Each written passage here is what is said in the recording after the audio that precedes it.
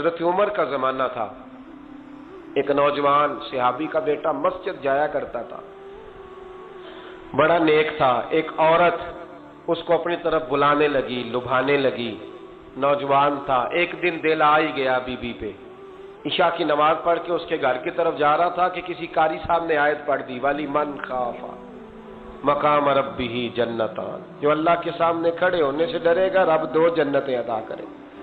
یہ آیت کیا سنی کہ نوجوان بے ہوش ہو کے گرا۔ کسی نے باپ کو خبر دی کہ تیرا بیٹا بے ہوش ہے، باپ گھر لائے، بالوں میں ہاتھ پھیرا، بیٹے کیا ہوا؟ اس نے آنکھیں کھول کے کہا ابا جی میں نے گناہ کیا نہیں، لیکن میرا قبضہ پورا ہو گیا تھا گناہ پہ، وہ بالکل راضی تھی، میں چاہتا تو میں گناہ کر لیتا لیکن میں اللہ سے ڈر گیا، کیا واقعی رب مجھے 2 جنتیں دے گا؟ تو باپ نے ماتھا چوما، کا بیٹا اللہ کے وعدے بڑے ہی سچے ہیں، بڑے سچے ہیں، تو یہ تصور کر کے اللہ مجھے دیکھ رہا ہے، پھر ڈر جا، واقعی 2 جنتیں دے گا۔ اس نوجوان نے چیخ ماری اور روح ہی پرواز کر گئی۔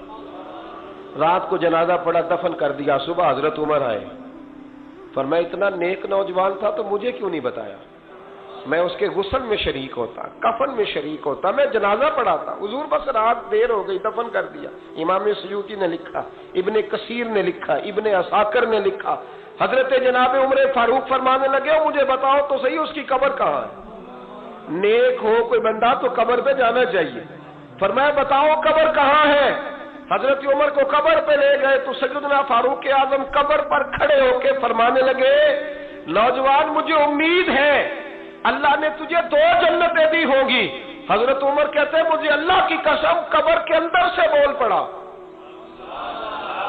کامل پیرونا دے باہو قبر جنا دی جیوے، قبر کے اندر سے بول پڑا، کہنے لگا عمر امید والی بات نہیں، میرے رب کے وعدے بڑے سچے ہیں، اس نے واقعی مجھے 2 جنتیں عطا فرمائی، اس نے واقعی 2 جنتیں دی ہیں۔ کبھی کوئی کام تو ایسا ہو جو صرف اللہ سے ڈر کے چھوڑا جائے، ہونا چاہیے کہ نہیں ہونا چاہیے؟ آپ یقین کریں بچوں سے ڈر کے ہم نے بڑے کام چھوڑ دیے، بھائیوں سے ڈر کے چھوڑ دیے، دنیا داروں سے ڈر کے چھوڑ دیے،